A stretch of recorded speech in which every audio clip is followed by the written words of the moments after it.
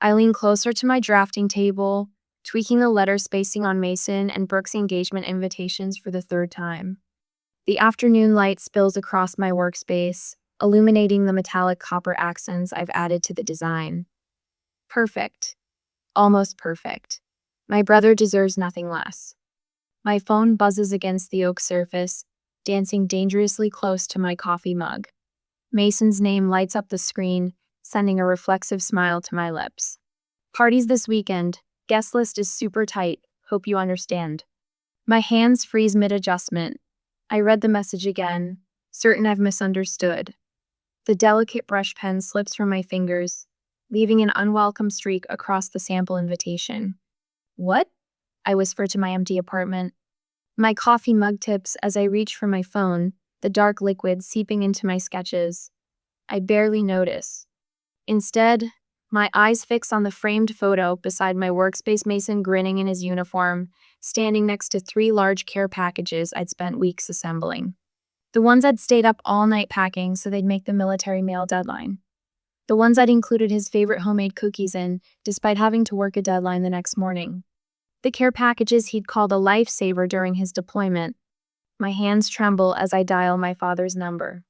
Monroe? Dad's voice comes through after 4 rings, distracted and slightly annoyed.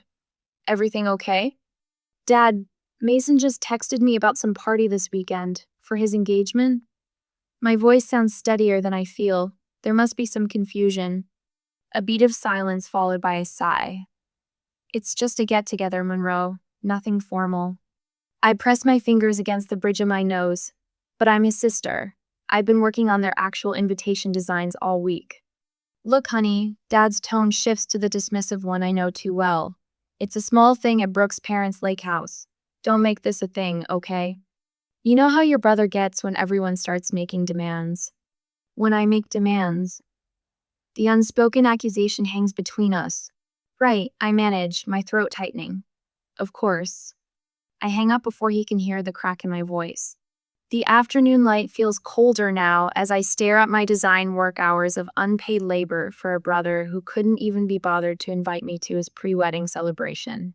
My mind flashes to 6 months ago. The 3 a.m. call from Mason in Germany, desperate because his bank card had been compromised. I remember transferring him $2,000 from my carefully managed savings without hesitation. Emergency money he still hasn't repaid. I think about the 3 nights I spent designing their engagement announcement when Brooke decided she just wasn't feeling the professional one they'd paid for. How I'd missed my friend Diane's birthday dinner to finish it by their deadline. The 18 months of his deployment when I sent a care package every single month. When I checked in on Mom and Dad twice a week. When I helped Brooke move into their apartment so it would be ready when he returned. My phone pings again. My cousin Tara. Just got the evite for MB's party. You coming up to the lake this weekend? My stomach twists. Evite? I whisper. What evite? I type back. 3 dots appear, disappear, appear again.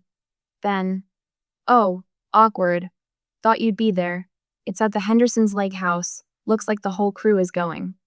I ask her to forward it to me, a request met with uncomfortable delay before it arrives in my inbox. The screen glows with a cheerful nautical design.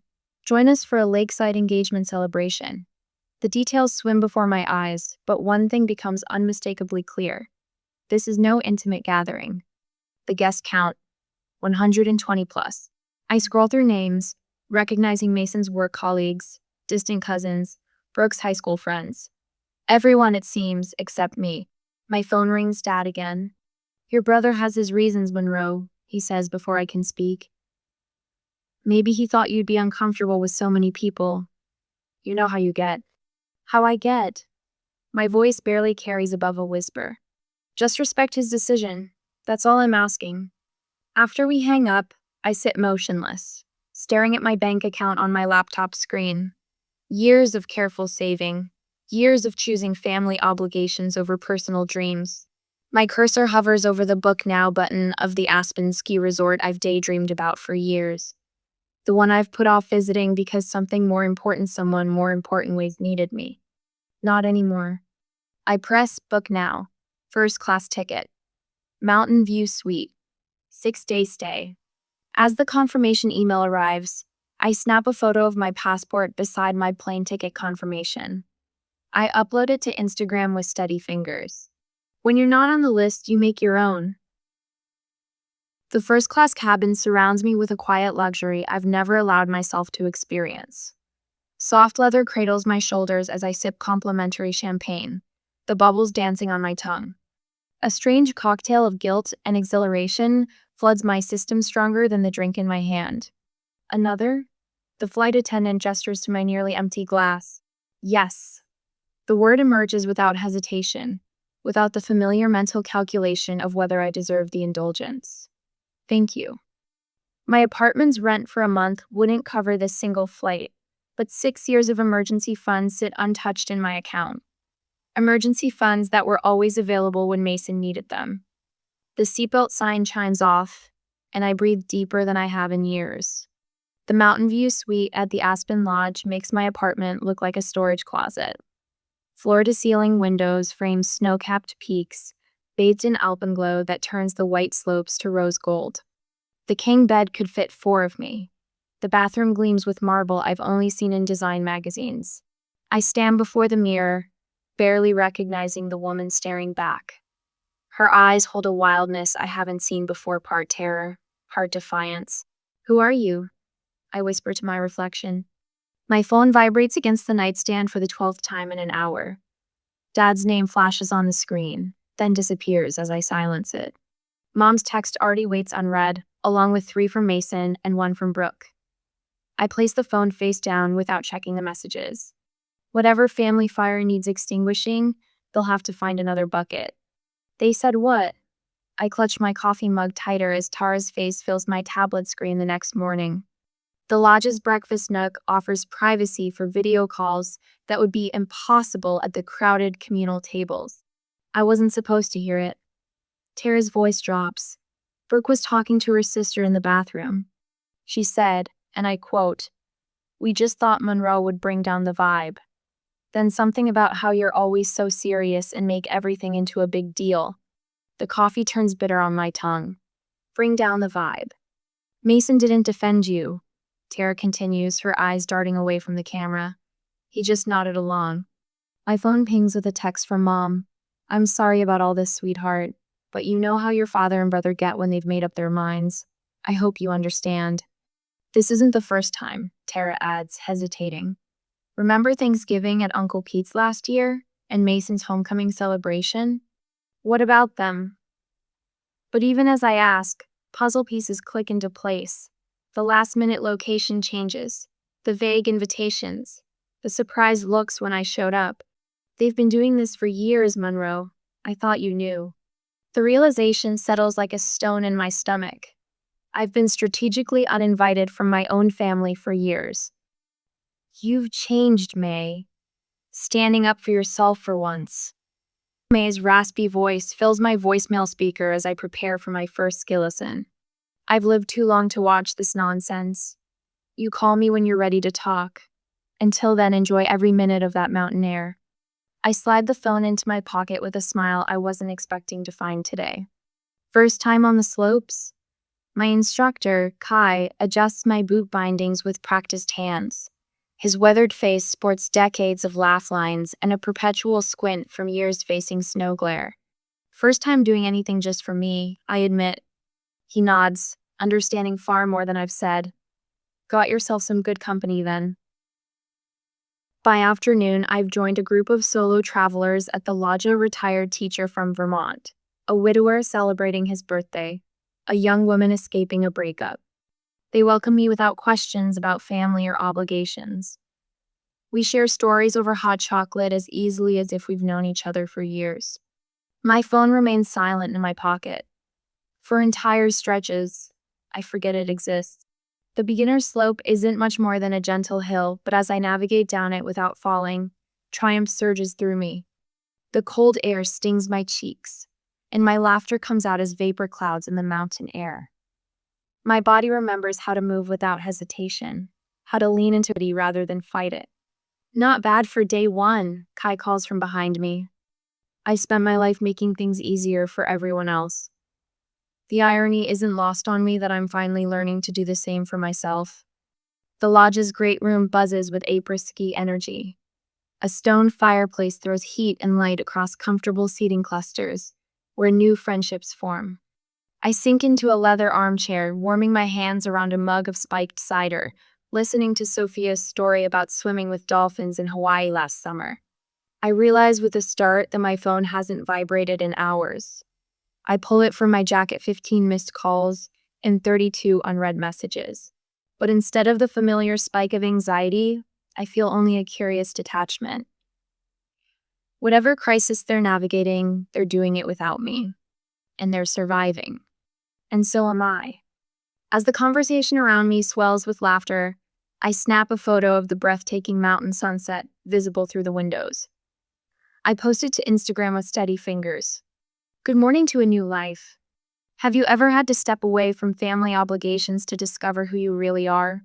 Share in the comments below if you've ever had to make the difficult choice between loyalty to others and loyalty to yourself. The fireplace crackles in the lodge's timber-framed lounge as I raise my mulled wine in a silent toast to myself. 3 days into my Aspen escape, and the knot that's lived between my shoulder blades for years has finally begun to loosen. My phone buzzes against the polished oak side table, then buzzes again, and again. When it vibrates for the 6th time in under a minute, curiosity wins.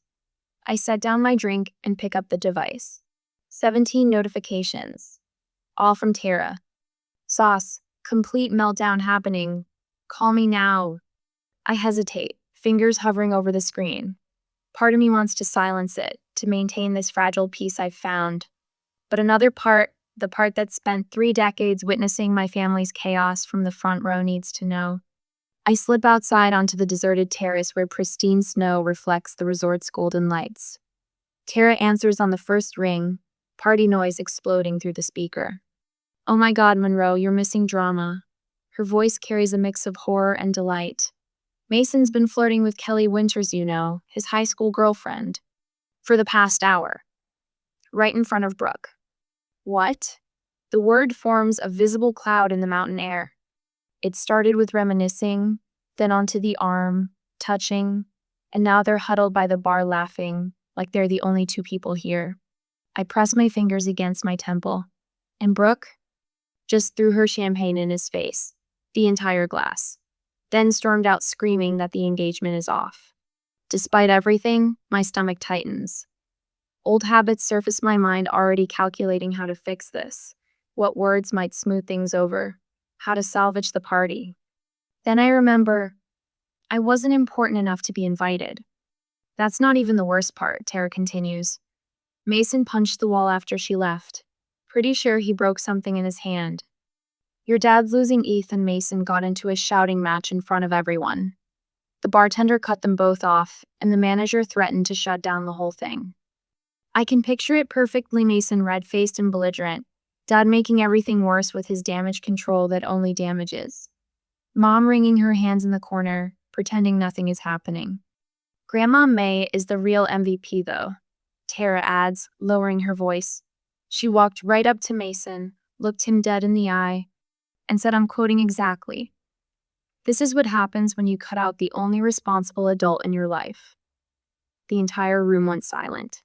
A strange sensation bubbles up from my chest, something between a laugh and a sob. For 32 years, I've been the invisible support beam, the emergency contact, the 3 a.m. problem solver, the reliable one who's there for every crisis. Except this time, I'm not. I should go, I say finally.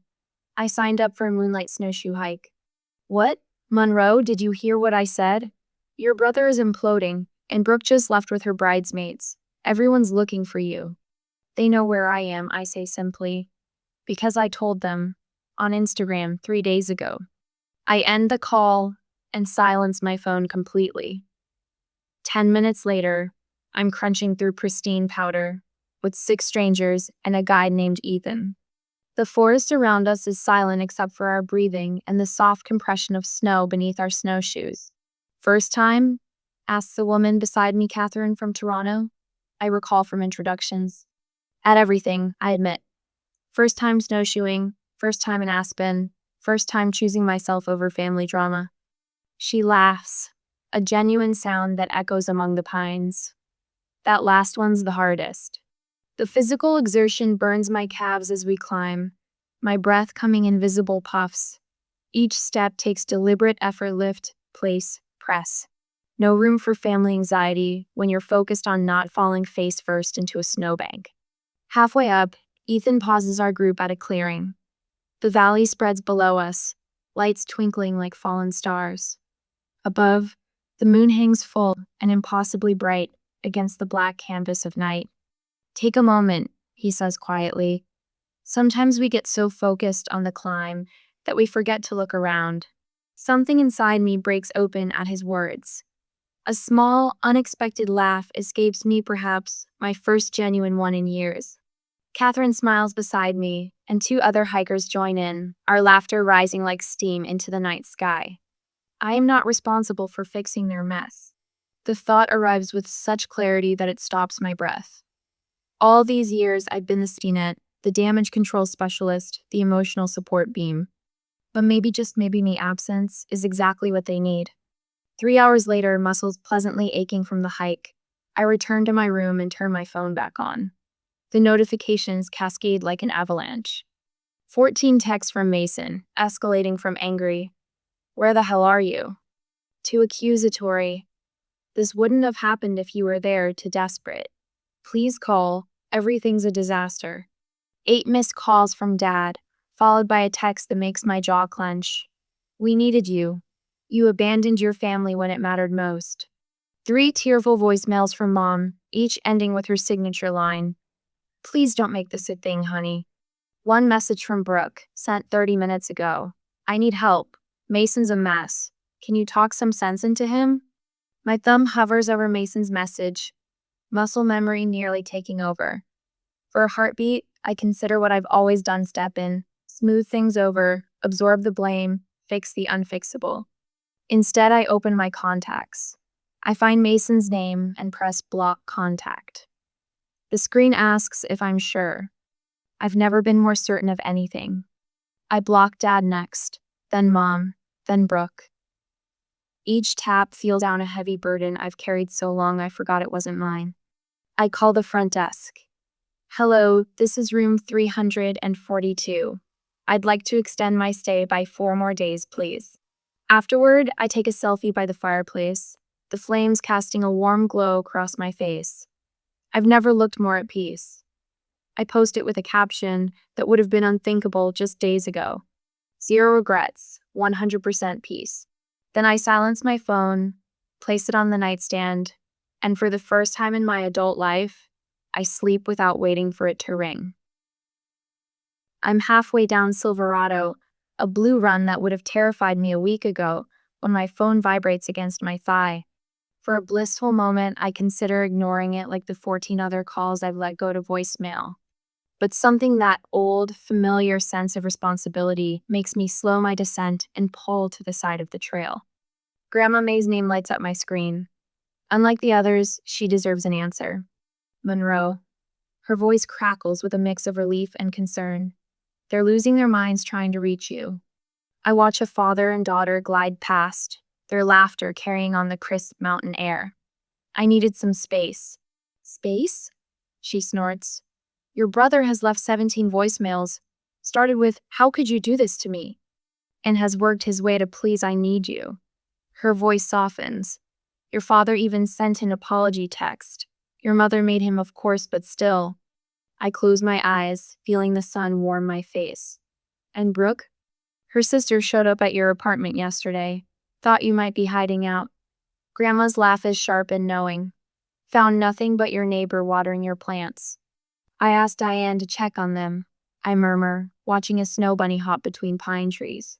"Where are you, honey?" For the first time in days, I smile. A real smile that reaches my eyes. Somewhere I should have gone years ago. Perfect form. Victor, my ski instructor, calls as I navigate the final turn. 3 days ago, he'd patiently helped me up after countless falls on the bunny slope. Today, I'm carving confident turns down a run aptly named Freedom.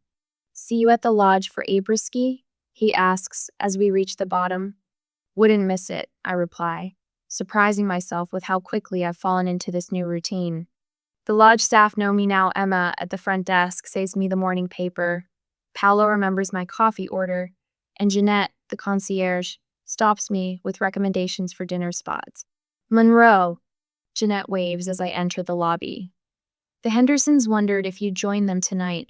They're doing a family dinner at their cabin and thought you might enjoy a home-cooked meal. I pause, momentarily confused by the invitation. The Hendersons, a retired couple I'd chatted with during a snowshoe tour, have no obligation to me. They want nothing fixed, designed, or solved.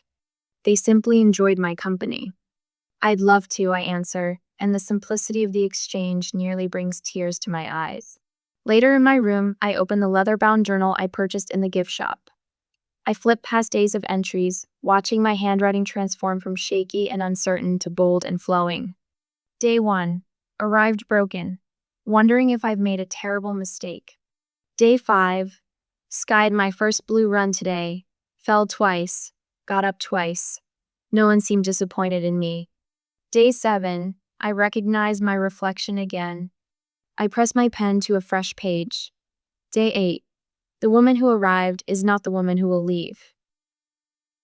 Dr. Winters watches me from across her sunlit office in the resort's wellness center. You've made a deliberate choice to disengage, she says. It's not a question.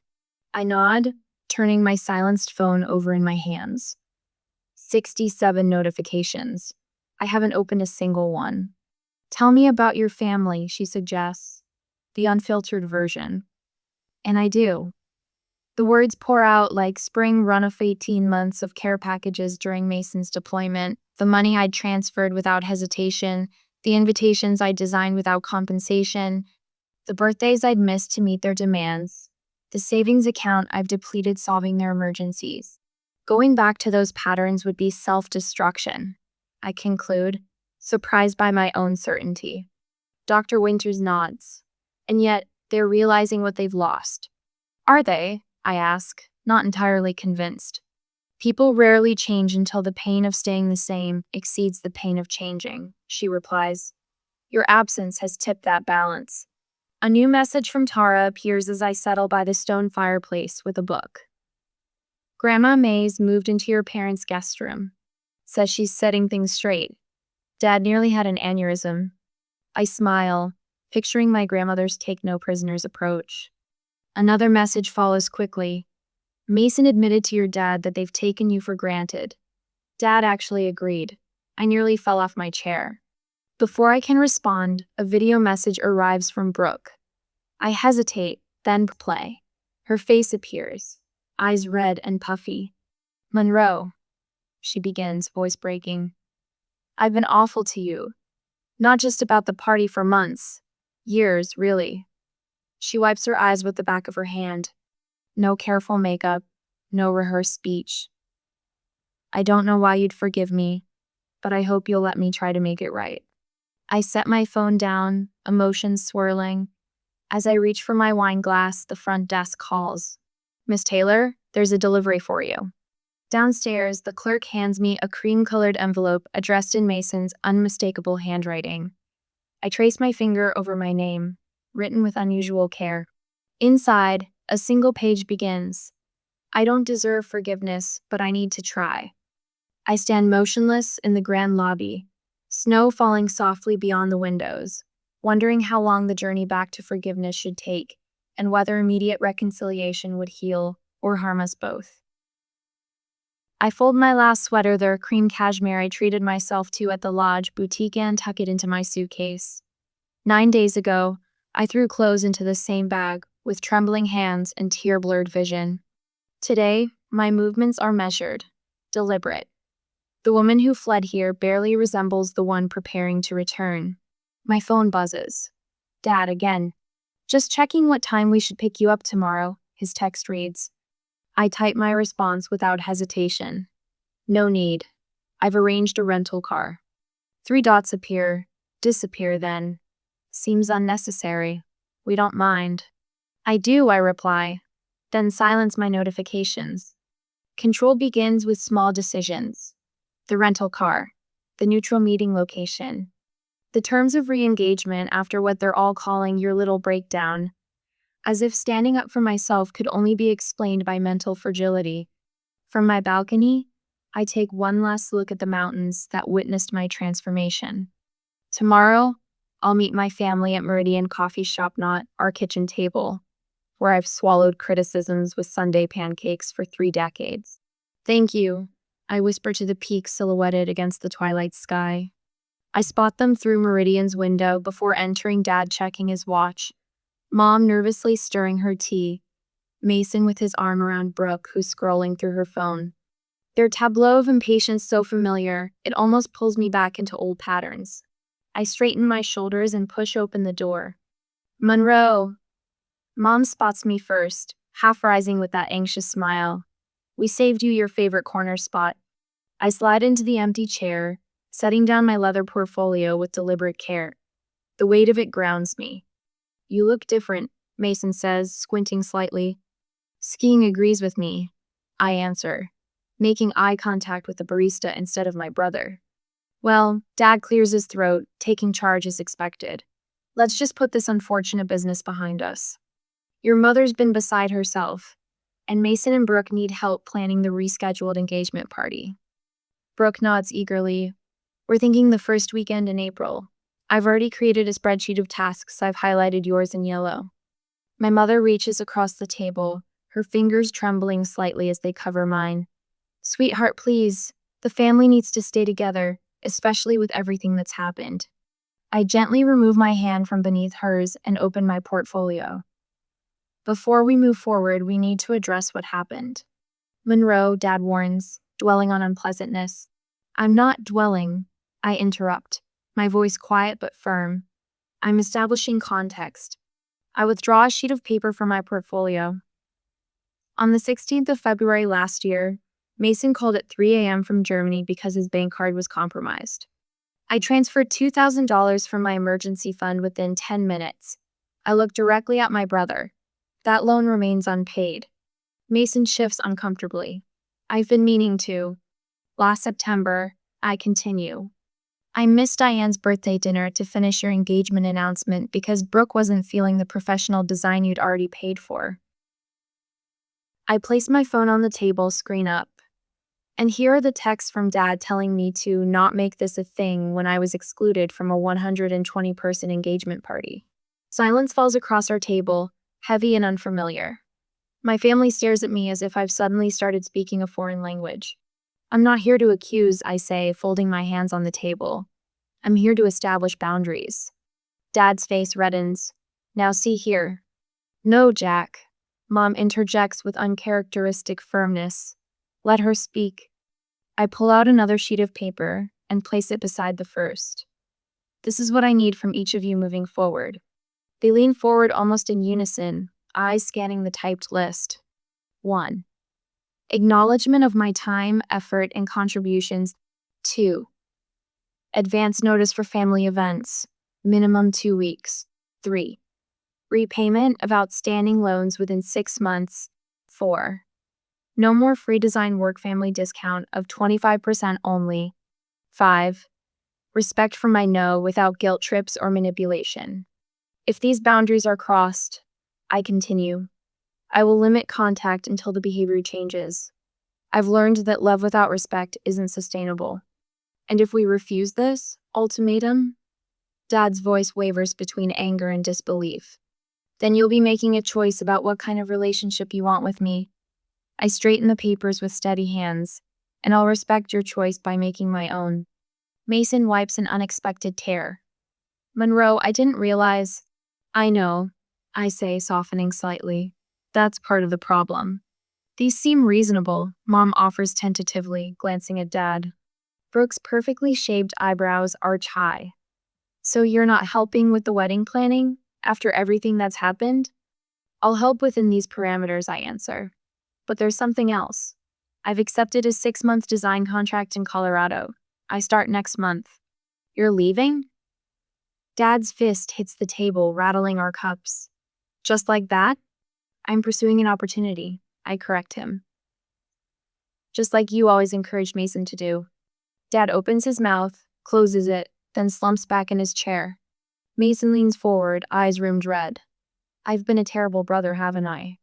Before I can answer, the coffee shop door swings open, and Grandma May makes her entrance, impeccably timed as always.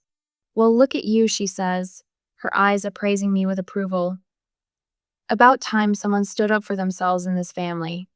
She pulls up a chair from the neighboring table and wedges it between Dad and me. Now, she says, placing her weathered hands flat on the table, let's talk about how this family moves forward with a little more equity and a lot more respect. I catch my reflection in the window, shoulders back, chin level, eyes clear. The mountains gave me this gift. A woman who finally values herself enough to demand others do the same. Mountains frame my view as I adjust the blinds in my Colorado apartment. 6 months in this place, and the sight still steals my breath. The crisp February air seeps through an inch of open window, a luxury. I never allowed myself back home where I paid the heating bills my parents claimed they couldn't afford. I run my fingers along the row of postcards pinned to my cork wall. Aspen, Boulder, Santa Fe, Denver. Places I've visited since claiming my independence. Each one a milestone marking distance from the girl who'd cancel plans at the first hint of family need. My phone lights up with Mom's weekly video call. I take a deep breath before answering, remembering my therapist's advice. Boundaries aren't walls, they're doors you control. Monroe? Mom's face fills the screen, her hair freshly colored for the church potluck. You look rested. I am. No explanation, no apology, that's new too. Your father asked about your project for that coffee company. She pauses, fumbling with her reading glasses. He saw their billboard off Highway 40. Said it had your signature style. 6 months ago, I'd have launched into an extended explanation, seeking validation. Today, I just smile. It was a good client. They've already commissioned 3 more designs. A notification slides across my screen, a text from Mason. Sample wedding invitations came today. Using your color scheme suggestion. Thanks, sis. No desperate plea for help. No last-minute crisis. Just acknowledgement. Progress. After we hang up, I open my laptop to an email from Tara with apartment listings in Denver. Consider me as a roommate, she's written. Colorado looks good on you. I sip my coffee and allow myself a moment of quiet pride. The family that once saw me only as a utility has begun the awkward, imperfect work of seeing me as a person. Grandma May's weekly letter sits unopened on my counter, her elegant cursive visible through the envelope. Her correspondence has been my anchor through this transition. Last week she wrote, "Your father actually asked me how to make your mother's birthday special without putting the burden on you. First time in 40 years that man's asked for advice." I tucked the letter into my journal for later, savoring the anticipation. Today is for focus. My design business has tripled since moving here. Clients who value my boundaries lining up for my services. The invitation sits on my coffee table, Mason and Brooks' revised wedding plans. A simple ceremony, 30 guests. My name on the envelope in Mason's handwriting, not Brooks' mother's secretary's. I haven't decided yet. My therapist nodded thoughtfully when I showed it to her. Attending doesn't mean returning to old patterns, she reminded me. Hotels exist for a reason. Later, I'll meet with Jenna, a design student struggling with family expectations. She reminds me of myself, talented but hesitant to claim space. The scholarship I established at the local college connected us. You're helping me give myself permission, she told me last week. A familiar heaviness tries to settle on my shoulders as I remember next week's women's retreat where I'm speaking about boundaries. The old Monroe would panic at being seen as an expert on something she'd only recently mastered. But that was before. Instead, I closed my eyes and practiced my evening gratitude ritual. Thankful for courage, for mountains, for the quiet satisfaction of a life that belongs to me. Through the window, the setting sun paints my walls, copper the same metallic shade I was perfecting on Mason's original invitations the day everything changed. I rest my hand on the invitation. Tomorrow, I'll book a hotel room in my hometown and RSVP yes. Not because I'm needed, but because I choose to go. Sometimes the greatest act of love is learning to love yourself first. I hear the scream first, a high, piercing whinny that doesn't belong on my farm. Not that sound. Never that sound. My coffee mug hits the porch boards as I bolt down the steps, boots pounding across sun-baked dirt. The morning light slants golden through the oaks, but there's nothing peaceful about this day anymore. Something's wrong.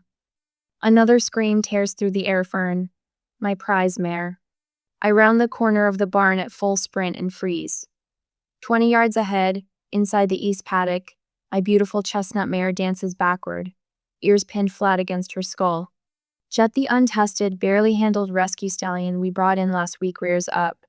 Massive hooves slashing air mere inches from Fern's flanks. His eyes roll white with panic, nostrils flared red. And there stands Sierra, my 19-year-old sister, leaning against the fence, cell phone raised, filming. They look cute together, don't they? She doesn't even look up. My heart pounds against my ribs as I approach the gate with measured steps.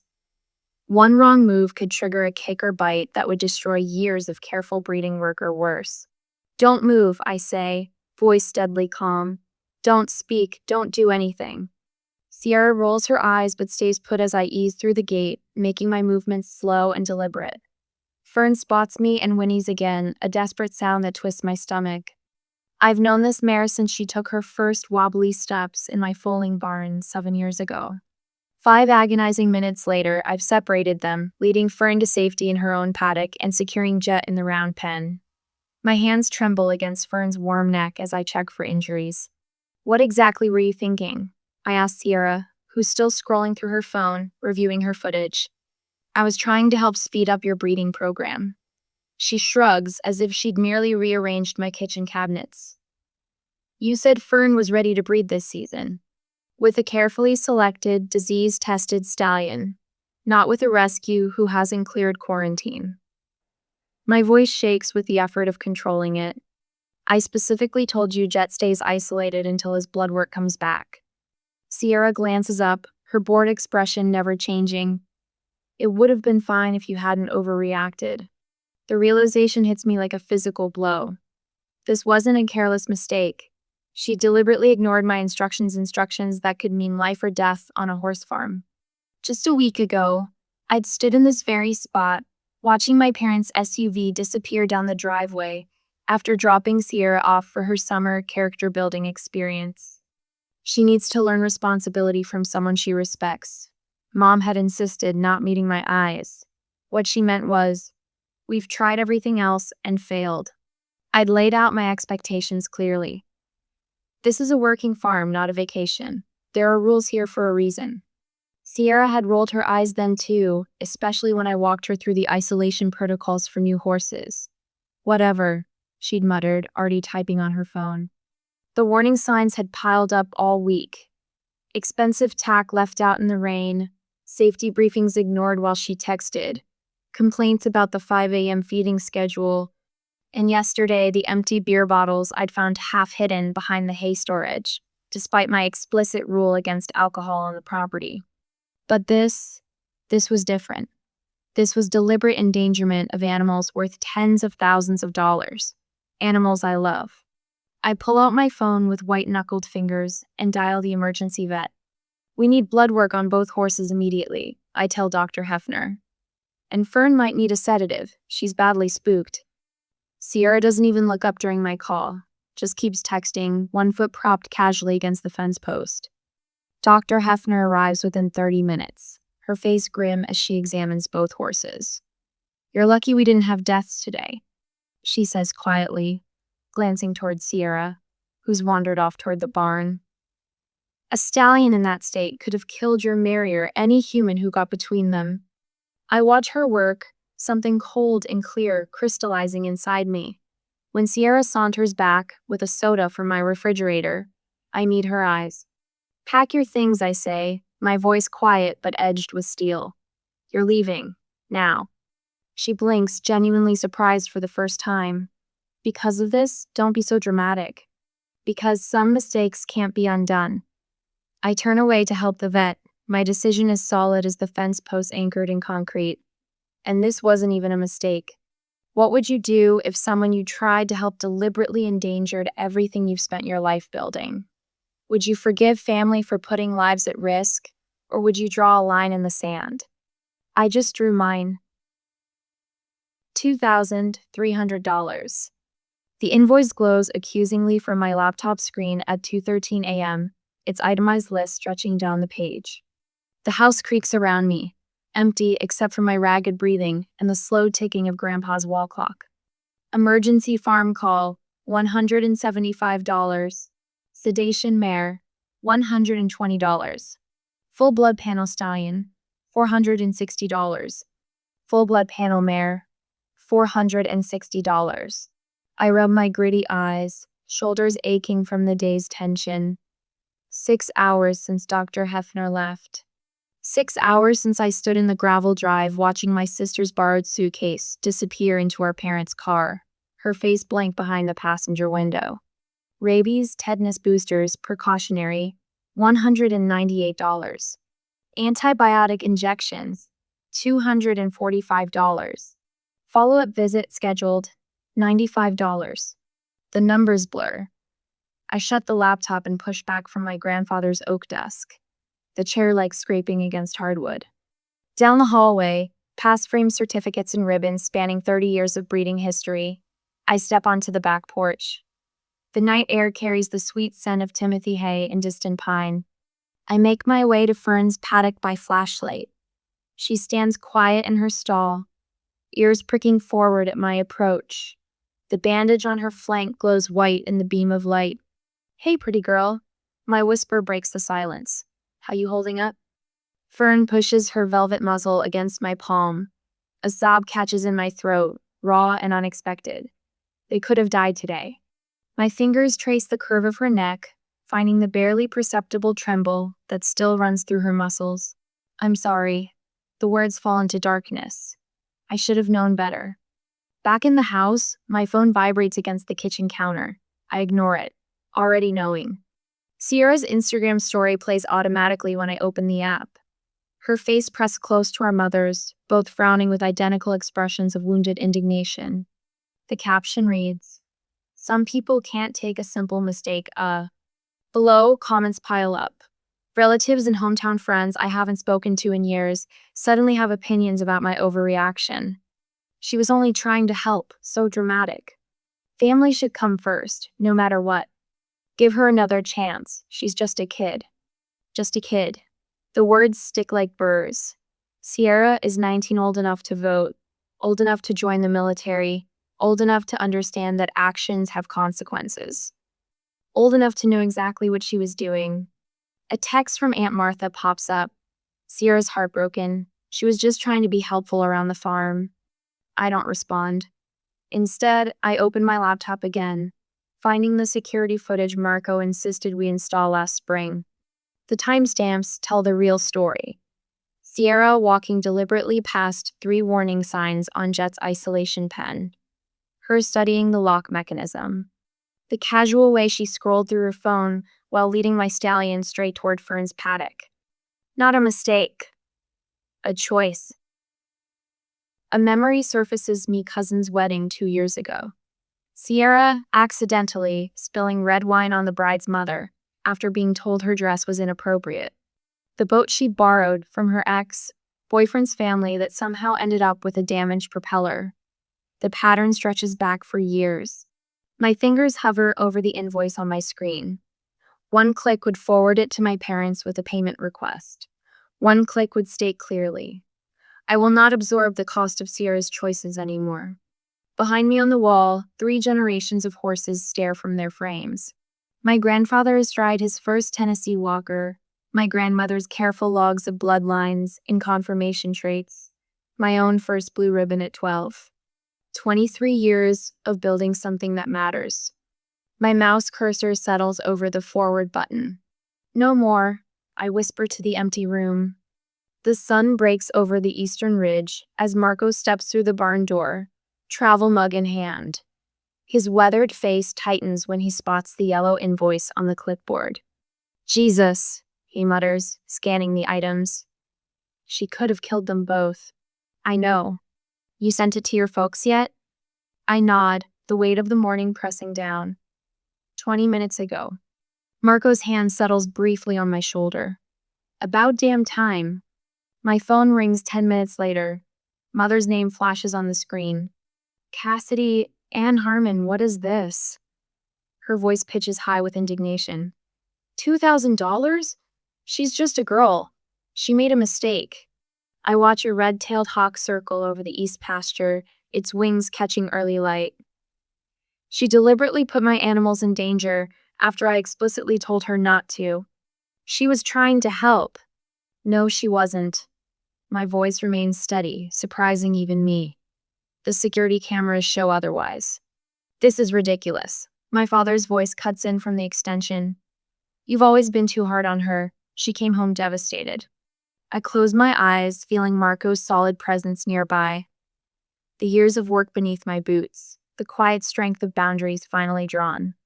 This isn't about punishment, I tell them. It's about consequences. I end the call before they can respond, turning toward the barn where life continues regardless of family drama. Hay needs hauling, water troughs need filling, and Fern needs her morning check. For the first time since Sierra arrived, I breathe freely on my own land. Have you ever had to stand firm when family expected you to absorb the cost of someone else's carelessness? What price would be too high to pay for keeping the peace? My phone buzzes for the 9th time this morning. I don't need to look at the screen to know it's another family member weighing in on my cruelty. I slide it face down on the worn oak desk, where my grandfather used to calculate feed ratios and breeding schedules, back when this farm first took root in Oregon soil. The text started trickling in 3 days ago. By yesterday, they'd become a flood. She's just a teenager, Cassidy. We all make mistakes at that age. Aunt Marlene, you've always been too hard on her. Remember when you were 18 and crashed Dad's truck? Uncle Rick, conveniently forgetting I paid for every penny of those repairs. Call me. We need to talk about the Sierra situation. Mom. 7 times. I slide open the bottom drawer and place the phone with the other screen captures of every message, every missed call log, every voicemail transcription. The file folder is already thick with documentation. Dr. Hefner's detailed incident report sits on top, along with the security camera invoice. Marco approaches from the feed storage, clipboard in hand. His weathered face registers concern before he even speaks. Feed store called, said your order's ready, but... He hesitates, shifts his weight. Joyce mentioned people are talking. About Sierra. I nod once, jaw tight. What version are they hearing? That you threw your baby sister out over nothing. That she was just trying to help and made a little mistake. His eyes, lined from 30 years squinting into sun-drenched arenas, hold steady on mine. Joyce said she set them straight about what could have happened. But folks love drama more than facts. Aunt Lydia called the farm line yesterday, I tell him. Sierra gave some tearful interview about how I've always hated her and was just waiting for an excuse. The words scrape my throat. Apparently I'm jealous. She's the pretty one. Marco snorts. Security cameras arrived today. I'll have Hank install them at both gates. I nod, grateful for his efficiency. Twice now I found the padlocks unlatched. Not broken unlatched. Someone with a key. I'll be in the tack room, I say. The Portland client is coming at 11 to see Whisper's colt. As I walk away, I realize something strange. The knot of guilt I've carried since Sierra left has dissolved. In its place sits something solid and clear as quartz crystal. Not anger, not resentment. Just certainty. The farmer's market bustles under cloudless summer skies. Saturday crowds meander between stalls of fresh produce and local crafts. I'm here for coffee beans from Theo's Roastery and to drop off flyers for next month's open house. I spot them before they see me, Mom, Dad, and Sierra clustered near the honey stand. Sierra leans against Dad's shoulder, looking fragile in a way she never did at my farm. I could turn around, walk away, avoid the confrontation that's clearly been staged for maximum public impact. Cassidy, Mom calls, her voice carrying above the market chatter. Heads turn, exactly as intended. Thank goodness, we've been trying to reach you. I approach slowly, painfully aware of the curious stares from both strangers and familiar faces. Mrs. Hanover from the Quilt Guild, Tom who runs the hardware store, Pastor Wells with his wife. This isn't the place, I say quietly when I reach them. Mom's eyes flash. Apparently nowhere is the place since you won't answer our calls or texts. You've left us no choice. Sierra sniffles dramatically, drawing sympathetic glances from passing shoppers. You're tearing this family apart over money. Mom's voice rises, deliberately pitched to Carrie. $2,000 versus your own sister? The unfairness of it steals my breath. $2,000 and 2 horses, nearly injured or killed. $2,000 and the violation of explicit safety protocols. $2,000 and the deliberate endangerment of animals worth tens of thousands and irreplaceable to me. Dad steps forward, using his bulk to create the sense of intimidation he perfected during 30 years in real estate. You need to reconsider your position, Cassidy. Family comes first. A small crowd is gathered now, pretending interest in nearby stalls while watching our drama unfold. I feel their eyes, their judgment, the weight of small-town scrutiny. I straighten my spine, meeting my father's gaze directly. You're right, I say, my voice quiet but clear. Family does come first. That's why I can't allow Sierra back on my property, because family protects what matters. Family respects boundaries. Family doesn't deliberately put lives at risk and then laugh about it. Sierra's fake sniffles stop abruptly. Her eyes narrow. I have video of what happened, I continue, my calm surprising even me. I have the vet's report detailing exactly how close we came to disaster. I have documentation of every safety rule Sierra knowingly broke, and I have the right to decide who's welcome on my property. A voice speaks from behind me. She's right, you know. Dr. Hefner stands there, market basket over her arm, her gray hair catching sunlight. What happened on Cassidy's farm could have ended with dead horses and injured people. In 30 years as a vet, I've rarely seen such blatant disregard for safety. From the cheese stall, Jim Cooper, whose farm borders mine, calls out, Cassidy runs the finest breeding operation in the county. If she says there was danger, there was danger. The crowd shifts, murmurs, the tide turns. Without another word, I walk away, leaving my family standing in stunned silence among the weekend shoppers. When I return home, I find Marco at the gate, arms crossed. Your folks showed up while you were gone, he says. Got pretty worked up when I wouldn't let them in. Hank had to suggest they leave before he called the sheriff. I nod, unsurprised. Thanks. That night, I brush Fern's gleaming coat by lantern light, the rhythmic strokes soothing us both. The mare leans into the curry comb, eyes half closed in contentment. You know what Grandpa used to say about fences? I murmured to her. A fence isn't just to keep things out, it's to protect what's within. My phone sits silent on the shelf. I turned off notifications hours ago. For the first time since Sierra's banishment, I sleep through the night, dreamless and deep.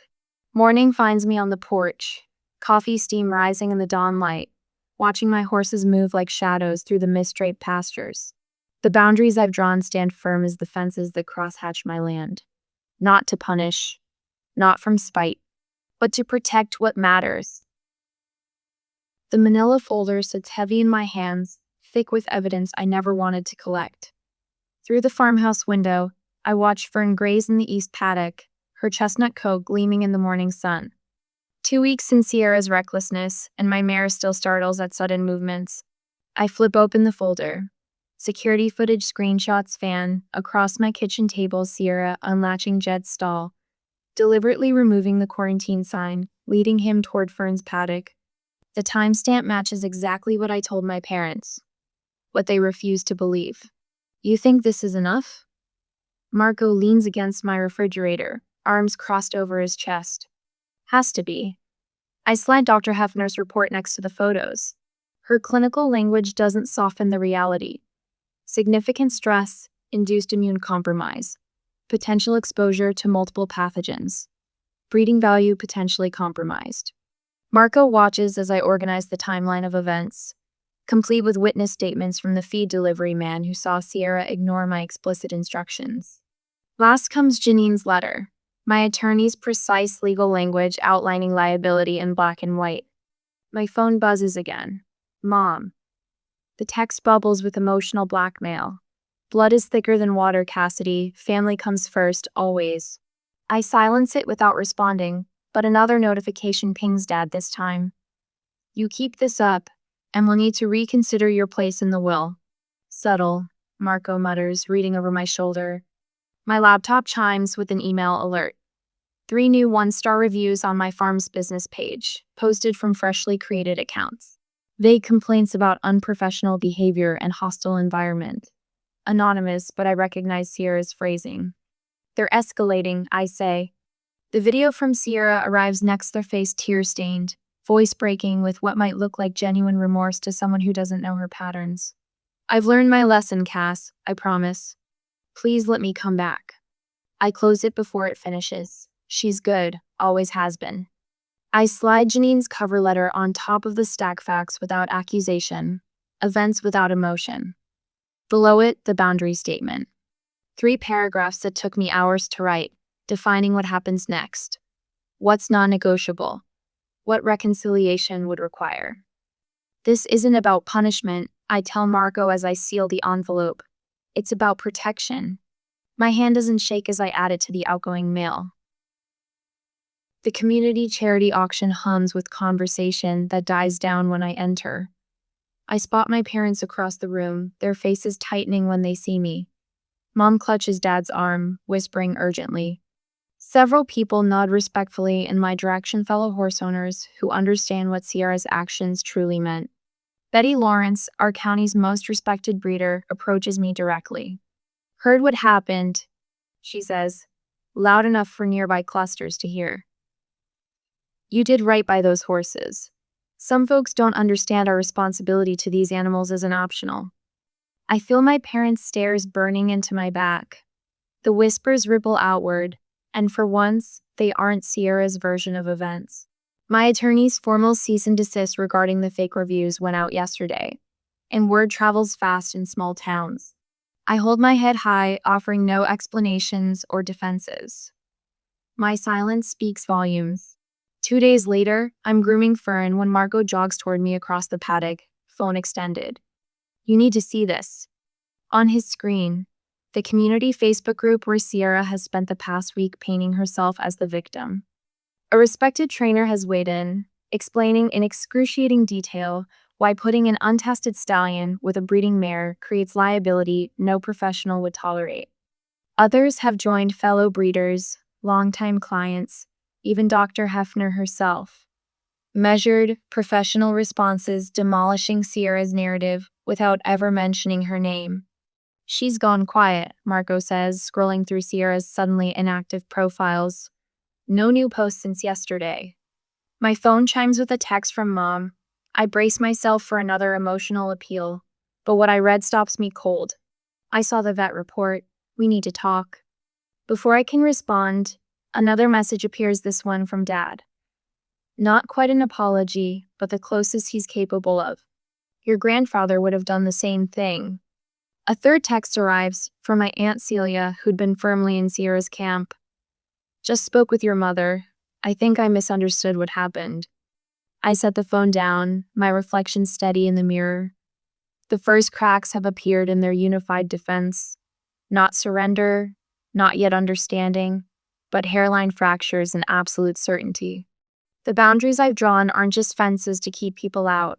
They're foundations to build something that can last. Where do you draw the line between forgiveness and enabling bad behavior? When is it necessary to stand firm even when it hurts those you love? I already know my answer. I'm living it. I spot them through the plate glass window of Porter's Steakhouse, me family huddled around a corner table like mourners at a wake. Mom straightens the silverware. Dad checks his watch. Uncle Jim nurses a whiskey, and Sierra stares at her phone, thumbs flying across the screen. My stomach tightens. I take a breath and adjust my grip on the leather portfolio tucked under my arm. You sure about this? Marco asks beside me, his voice low. No, I admit, but I'm doing it anyway. The restaurant door feels unexpectedly heavy as I push through. Heads turn not just my family's, but other diners who recognize me from the farmer's market or feed store. Small towns have long memories. Mom spots me first. Her face brightens with rehearsed hope. "Cassidy, we saved you a seat." She pats the empty chair between her and Dad. I slide into a chair at the opposite end instead, placing Marco to my right. The power shift is immediate and visible, their shoulders tense, eyes darting between us. "This is Marco Delgado, my stable manager," I say. "He's here as a witness." Dad's jaw tightens. "A witness? This is a family dinner, not a court proceeding." "Is it?" I fold my hands on the table, because the text message I received mentioned intervention. Mom sets down her water glass with a deliberate clink. Her smile doesn't reach her eyes. "We're concerned about your spiritual well-being, honey. Holding on to resentment like this isn't what good Christians do. Forgiveness is a virtue," Uncle Jim adds, leaning forward. Sierra finally looks up from her phone. Her eyes are red-rimmed, practiced tears ready to fall. "I made a mistake, Cass. I'm really sorry. Your grandmother would want us to make peace," Dad says, his voice softening. "The Harmon legacy matters. Blood ties don't break over one incident." I place my portfolio on the table and open it, revealing neatly organized documents. "This wasn't an incident," I say, my voice steady. "It was deliberate endangerment. Jet was a rescue stallion with unknown medical history. Fern is a broodmare worth $30,000. I tap a photo showing Jet's hooves inches from Fern's head. Her screams still wake me up at night. Sierra shifts in her seat. "You've always been dramatic." "Dr. Hefner's report," I continue, sliding a document forward. "She confirms both horses suffered severe trauma. Fern's breeding cycle was disrupted, setting back my program by months." Uncle Jim clears his throat. "Look, what if we split the difference? You drop this whole thing, and Sierra promises to be more careful in the future." He winks. "Compromise is how families work." I straighten my spine. "I'm not interested in compromise. I'm interested in respect." Mom reaches for my hand. I pull back. "For any relationship to continue between us," I say, "I need 3 things, non-negotiable." I withdraw another document and place it centered on the table. First, payment of the vet bill, $2,347.18. This acknowledges responsibility. Dad's face flushes dark red. Second, a public apology posted to the same social media accounts where Sierra damaged my professional reputation with false claims. Sierra's practiced tears vanish. Her jaw tightens. Third, complete respect for my property and business boundaries going forward. Written acknowledgement that my farm, my horses, and my rules are to be respected without question. I close the portfolio, my terms hanging in the air between us. "That's ridiculous." Dad explodes, slamming his fist down. Water glasses topple. "You think your horses matter more than your own flesh and blood?" "Richard," Mom gasps, her mask slipping entirely. "No, I'm done pretending." Dad continues, voice rising. "She's always been impossible and judgmental, just like her grandmother. Thinks she's better than everyone." Mom's shoulders collapse. Real tears streak her makeup, not the careful, controlled drops she's perfected over years of family performances. "We've tried everything," she whispers, mostly to herself. "Why won't you just let it go?" "Because some things should not be let go." My voice remains quiet, forcing them to lean in. "Some boundaries, once crossed, change everything." Sierra's face transforms, the facade of contrition replaced by naked resentment. "You think you're so perfect on your precious farm," she hisses. "Some of us make mistakes. Some of us aren't ancient and boring at 35. "Cassidy, please." Mom pleads, reaching across the table. "She's young, she doesn't understand." "That's exactly the problem." I stand. Marco rises beside me. "You've never expected her to understand consequences." Dad pushes his chair back. "If you walk out that door, don't expect." "Don't expect what?" I interrupt. "The same unconditional support you've always given me?" The bitter laugh escapes before I can stop it. Sierra snorts. Drama queen. The vet bill is due by the end of the month, I say quietly. The rest is up to you. As we walk out, I feel their stares burning into my back. The evening air hits my face like freedom. In the truck, Marco waits until I buckle my seatbelt before asking, "You okay?" I look back at the restaurant window, where my family remains frozen in the aftermath of a storm they created but never saw coming. "No," I answer truthfully, "but I will be. Some bridges can't be rebuilt. Some shouldn't be." The knowledge settles inside me, not as defeat, but as foundation solid ground on which to stand. The morning frost crunches beneath my boots as I cross the east paddock. 1 year. 365 sunrises since I watched my family's SUV peel down the gravel drive, Sierra's angry face framed in the back window. I pause at the fence line where it happened, where Jet's hooves slashed air inches from Fern's flanks while my sister filmed. The memory no longer burns like it did. Just aches, like an old brake that tells you when rain's coming. "Good girl," I murmur as Fern approaches, her chestnut coat gleaming in the dawn light. Behind her, 3 spring foals dance through morning mist, the first generation of my expanded breeding program. Bloodlines carefully selected, temperaments meticulously matched. No accidents, no shortcuts. Marco appears at the barn door, clipboard in hand. New client called. The Hendersons want to see Northern Lights colt. He grins, words getting around about Clearwater standards. I nod, allowing myself a moment of quiet pride. The waiting list grows longer, each month serious buyers willing to pay premium prices for horses with confirmed lineages and even temperaments. My reputation for integrity has spread beyond the valley. "And Katie's coming at 4 for her lesson," Marco adds. Katie Sullivan, 14 years old, with a natural seat and eyes that light up around horses. Not like Sierra's bored indifference. This girl hangs on every word about proper horse handling, stays late to help with evening feed, asks questions that show she's actually listening. "I'll have Northern Light ready for the Hendersons." I glance toward the western paddock, where Jet grazes peacefully.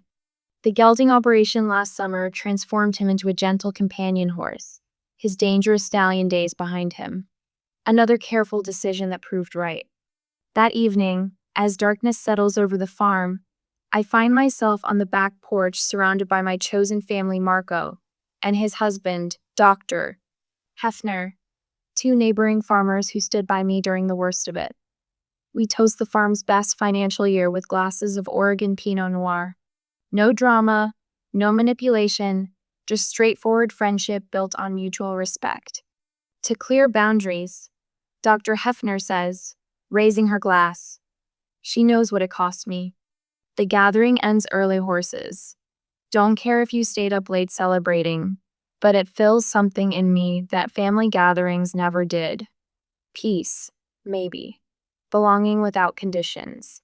Mom calls every other Sunday now. Our conversations remain careful, like crossing ice that might not hold, but genuine in their awkward way. She asks about the horses by name, sends birthday cards that don't contain guilt trips.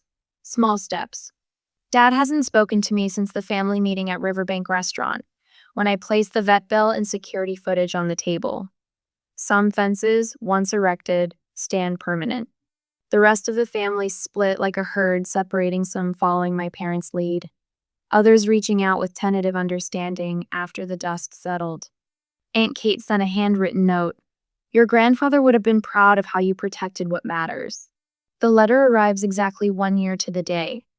Sierra's handwriting on cream stationery, postmarked from Seattle, where she's apparently started college. I take it to Fern's paddock before opening it, needing the mare's solid presence nearby. I knew what I was doing that day. I knew the horses weren't supposed to be together. I wanted to show you couldn't control everything. What I didn't understand was that someone could have died Fern, Jet, even you. I didn't think about consequences, because no one ever made me face any. You're the only person who ever held the line with me. Everyone else just moved their boundaries whenever I pushed hard enough. I'm not asking for forgiveness, just wanted you to know I finally understand what you were protecting. No apology, no request to come back, just recognition of truth. I fold the letter carefully, tuck it into my jacket pocket. Fern nudges my shoulder while across the property, Jet lifts his head at the sound of evening feed bins being prepared. Maybe someday, I whisper, but not today. The sunset paints long shadows across the valley as I stand between the two securely fenced fields. My hand rests on the metal gate that separates Thema boundary visible from space. A protection, not a prison. Fern approaches from one side, Jet from the other. Both stop at a respectful distance, waiting, trusting my judgment. Some lines shouldn't be crossed, I say to the gathering darkness. That's not coldness, that's care.